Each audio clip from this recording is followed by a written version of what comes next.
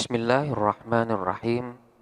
Pembahasan kita kali ini adalah masih lanjutan tentang kaedah-kaedah yang membahas tentang mengganti huruf waw atau ya mengganti dengan huruf alif. Pada pembahasan terdahulu telah dibahas tentang beberapa ketentuan untuk bisanya waw atau ya ini diganti dengan alif, yaitu 6 ketentuan yang telah kita bahas. Untuk kali ini kita lanjutkan ketentuan-ketentuan tersebut. Kita mulai dengan ketentuan yang ketujuh. Waw atau ya ini dapat digantikan dengan alif manakala harokat fathah yang terletak sebelum waw atau iya ini haruslah beriringan.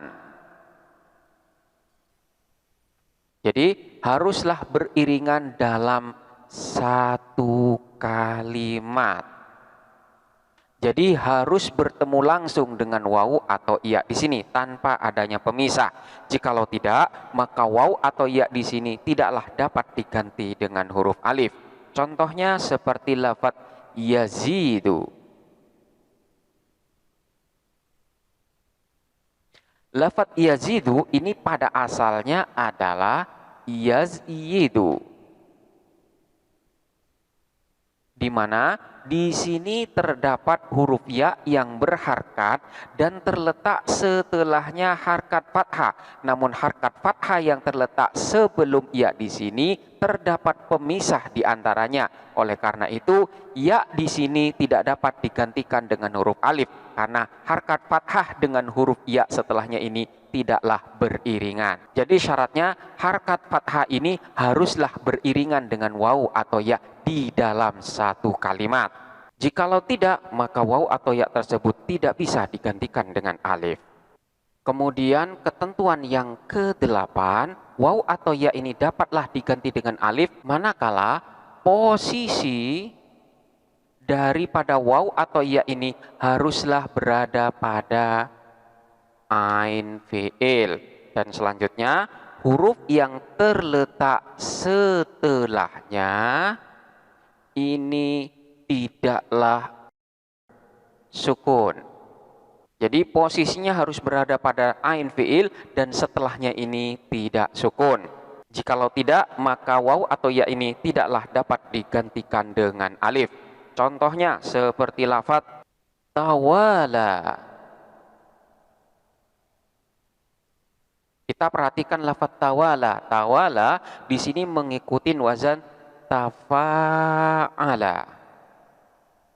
Posisi huruf waw pada lafaz tawala di sini berada pada posisi fa'fi'il. Sekalipun waw di sini sudah berharkat dan terletak setelahnya harkat fathah, di mana harkat fathah tersebut beriringan dengan huruf waw, waw ini pun tidak memenuhi syarat untuk bisa digantikan dengan alif. Kenapa? Karena posisi daripada waw tidak berada pada ain fi'il. Begitu juga dengan lafaz tayamana. Tayamana di sini mengikuti wazan tafa'ala, sama dengan yang di depan, di mana posisi daripada ya di sini berada pada posisi fa'fi'il. Sekalipun ya di sini sudah berharkat dan terletak setelahnya harkat fathah yang beriringan, huruf ya di sini tidaklah bisa digantikan dengan alif. Kenapa? Karena tidak memenuhi syarat, yaitu posisinya bukan berada pada ain fi'il. Dan pada kedua lafaz ini setelahnya bukanlah huruf yang berharkat, melainkan di sini berupa huruf alif. Dan alif tidaklah dapat menerima harkat dalam artian alif selamanya harus sukun. Ini ketentuan yang ke-8. Kemudian yang ke-9 adalah waw atau ya tersebut berada di dalam suatu kalimat yang mana kalimat tersebut tidak mengikuti wazan fa'ila, yang bentuk dari sifat musyabbahahnya ini berwazan af'alu. Sekali lagi, untuk ketentuan yang ke-9 ini, waw atau ya dapat digantikan dengan alif manakala waw atau ya tersebut berada di dalam suatu kalimat yang tidak mengikuti wazan fa'ila. Jadi di sini tidak mengikuti wazan fa'ila, yang bentuk dari sifat musyabbah dari wazan fa'ila di sana mengikuti wazan af'alu. Jika tidak demikian, maka tidak dapat diganti dengan alif. Kita ambil contoh seperti lafaz awiro. Awiro di sini maknanya adalah buta sebelah. Pada lafaz awiro di sini terdapat huruf waw yang berharkat dan terletak setelahnya harkat fathah, di mana harkat fathah dengan huruf waw ini beriringan, jadi tidak ada pemisah di antara keduanya. Namun huruf waw di dalam kalimat ini tidak dapat digantikan dengan alif karena waw di sini berada di dalam suatu kalimat yang mengikuti wazan fa'ilah. Jadi awiro fa'ilah. Sedangkan sifat musyabbahah dari lafaz awiro di sini mengikuti wazan af'alu. Jadi a'waru yang buta sebelah matanya. Oleh karena itu huruf waw di sini tidaklah dapat digantikan dengan huruf alif. Begitu juga dengan lafaz hayifa. Hayifa di sini maknanya adalah ramping. Ini juga terdapat huruf ya yang terletak pada ain fiil, di mana huruf ya di sini berhakat dan terletak setelahnya harkat fathah. Ya ini juga tidak dapat digantikan dengan alif karena mengikuti wazan fa'ilah, dan sifat musyabbah dari lafaz hayifa di sini adalah ahyafu,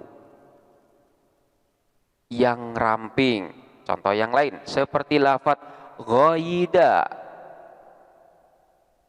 Ghaida mengikuti wazan fa'ilah dan sifat musyabbahnya adalah al-yadu. Ghaida ini maknanya adalah halus atau lemas. Atau lafaz yang lain seperti lafaz hawila. Hawila ini juga sama mengikuti wazan fa'ila dan bentuk dari sifat musyabbahnya itu adalah ahwalu. Sehingga hawila, ghayida, hayifa, awiro ini semuanya tidaklah dapat mengganti huruf waw atau ya yang ada di dalamnya dengan huruf alif karena tidak memenuhi syarat. Hawila di sini maknanya adalah juling matanya. Kemudian ketentuan yang ke-10 adalah masih berkaitan dengan ketentuan yang ke-9, yaitu waw atau ya di sini dapat digantikan dengan alif manakala tidak berupa masdar dari kalimat yang mengikuti wazan fa'ilah. Jadi masdar dari lafaz yang mengikuti wazan fa'ilah pun tidak bisa mengganti waw atau ya yang ada di dalamnya dengan huruf alif. Contohnya seperti lafaz awiro tadi. Awiro di sini adalah bentuk kalimat fiilnya, jadi mengikuti wazan fa'ilah, dan bentuk masdar daripada lafaz awiro ini pun juga tidak bisa mengganti huruf waw yang ada di dalam lafaz awiro di sini dengan huruf alif. Jadi masdar daripada lafaz awiro di sini adalah awarun. Jadi awiro ya'waru awarun. Jadi di sini terdapat huruf wawu yang berharkat dan terletak setelahnya harkat fathah. Ini tidak bisa digantikan dengan alif karena bentuknya adalah masdar dari lafaz yang mengikuti wazan fa'ilah. Begitu juga dengan lafaz hayifa. Hayifa ini bentuk fiilnya, sementara bentuk masdarnya adalah hayafun. Ya-nya di sini juga tidak bisa digantikan dengan alif. Kemudian yang tadi seperti lafaz ghaida. Ghaida bentuk fiilnya, bentuk masdarnya adalah ghayadun. Ghayadun atau ghayadan. Ya-nya di sini juga tidak bisa diganti dengan alif. Kemudian lafaz hawila. Bentuk masdarnya adalah hawalun. Jadi ghayada, hawalun, awarun dan hayafun semuanya ini tidak bisa mengganti waw atau ya yang ada di dalamnya dengan huruf alif karena berbentuk masdar dari lafaz yang mengikuti wazan fa'ila di dalam bentuk fi'il matinya. Selanjutnya adalah ketentuan yang ke-11, di mana pada ketentuan yang ke-11 di sini terdapat perbedaan antara huruf wawu dengan huruf ya. Jadi, manakala berupa huruf wawu yang posisinya berada pada ain fiil dan mengikuti wazan ifta'ala, maka ketentuannya adalah kalimat yang di dalamnya terdapat huruf wawu yang posisinya berada pada ain fiil yang berwazan ifta'ala di sini haruslah tidak mengandung makna musyarakah.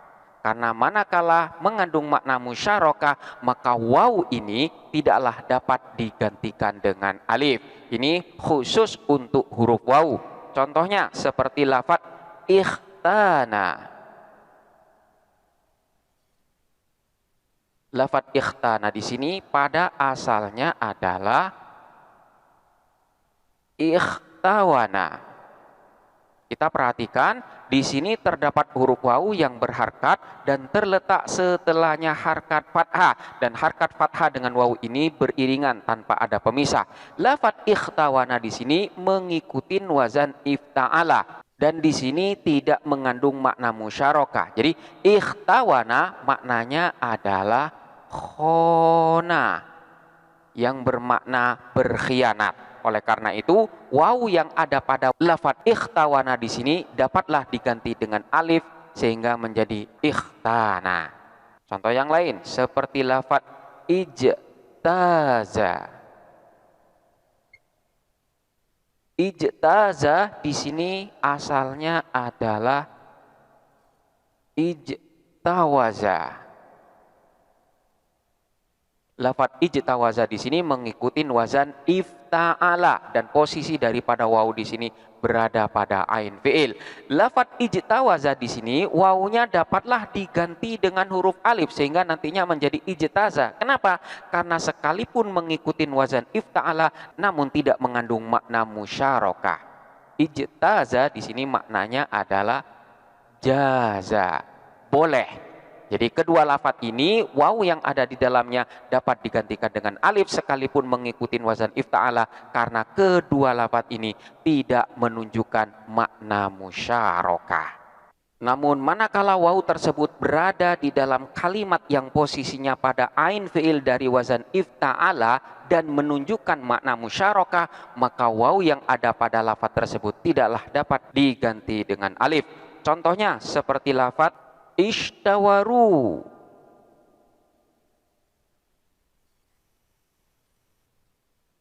Ishtawaru ini bermakna syawaru.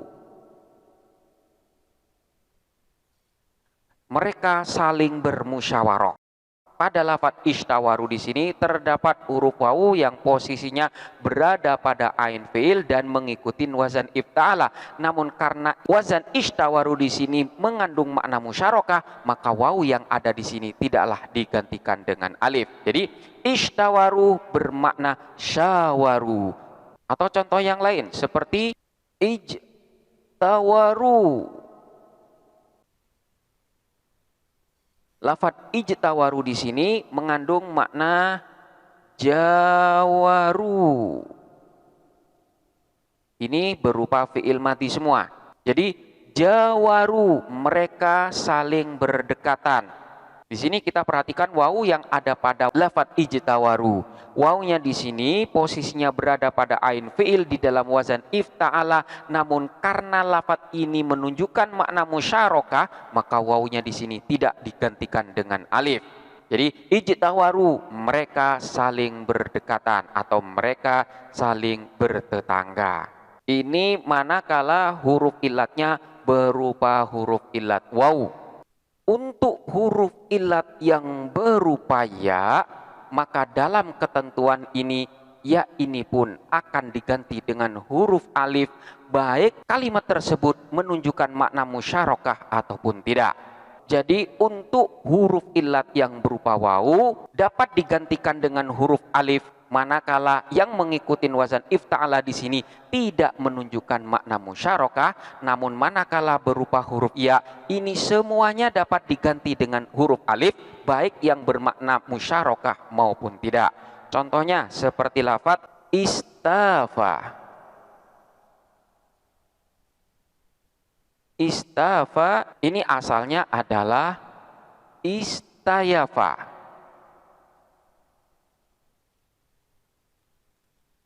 Istayafa. Di sini terdapat huruf ya yang berharkat dan terletak setelahnya harkat fathah, di mana di sini terdapat pada suatu kalimat yang mengikuti wazan ifta'ala. Makna yang terkandung di dalam lafaz istayafa di sini adalah menunjukkan makna musyarakah. Jadi istayafa yang nanti pada akhirnya akan berubah menjadi istafa, maknanya adalah saling berpedang-pedangan atau saling bertarung dengan menggunakan pedang. Atau contoh yang lain seperti lafaz imtaza. Imtaza ini pada asalnya adalah imtayaza.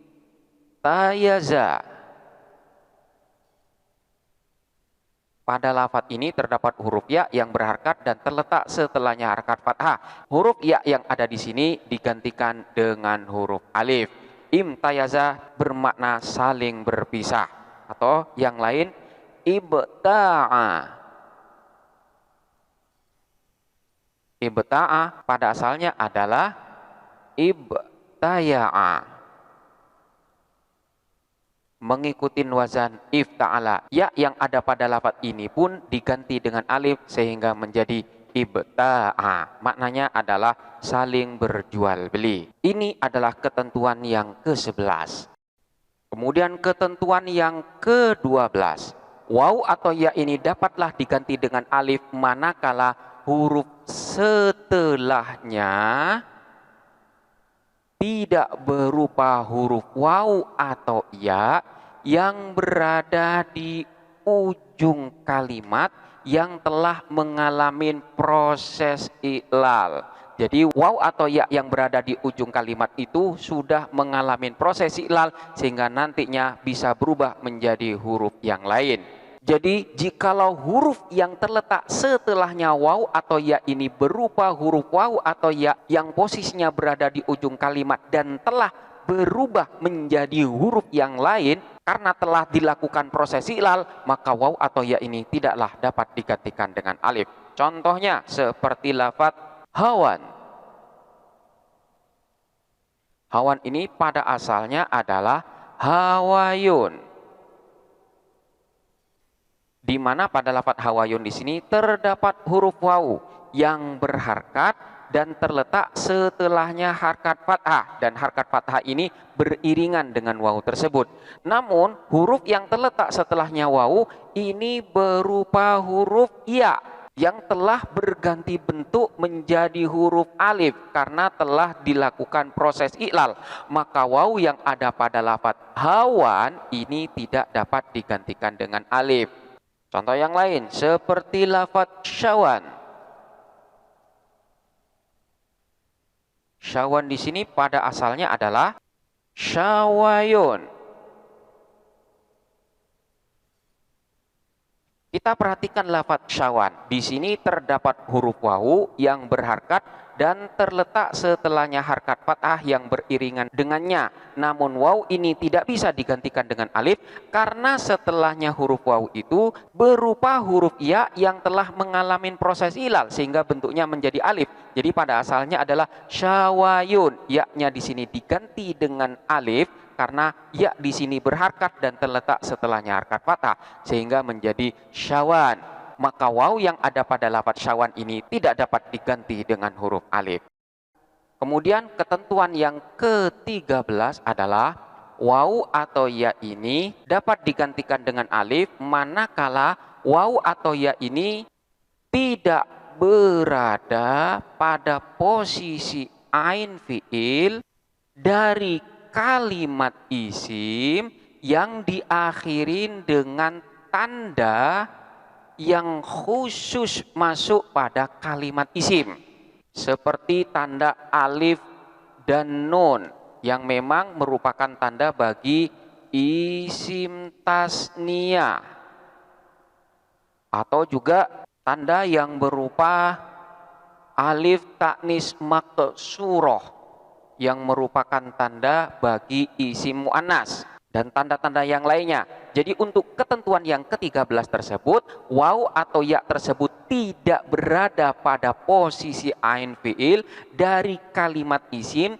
yang mana kalimat isim itu diakhirin dengan tanda yang khusus bagi kalimat isim, seperti tanda-tanda yang ada ini. Maka manakala terdapat pada posisi yang seperti ini, waw atau ya ini tidak dapat digantikan dengan huruf alif. Contohnya seperti lafadz al-jawalan.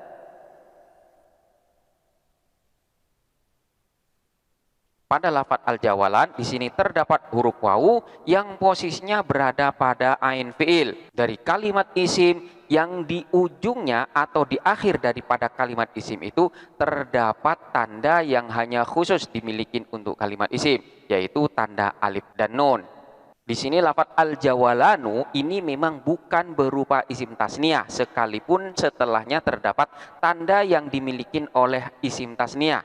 Namun meskipun demikian, waw yang ada pada lafadz ini tidaklah dapat digantikan dengan alif. Al-jawalanu maknanya adalah berkeliling. Atau contoh yang lain seperti lafadz al-hayamanu. Di sini terdapat huruf ya yang posisinya berada pada ain fiil dari kalimat isim yang pada ujungnya terdapat tanda alif dan nun seperti yang dimiliki oleh isim tasniyah. Maka ya yang ada pada lafadz ini tidaklah digantikan dengan alif. Al-hayamanu maknanya adalah yang meluap-luap cintanya. Sebenarnya pada ketentuan ini tidak hanya tertentu pada posisi dari ain fiil saja, namun ketentuan ini juga berlaku manakala waw atau ya tersebut berada pada posisi lam fiil.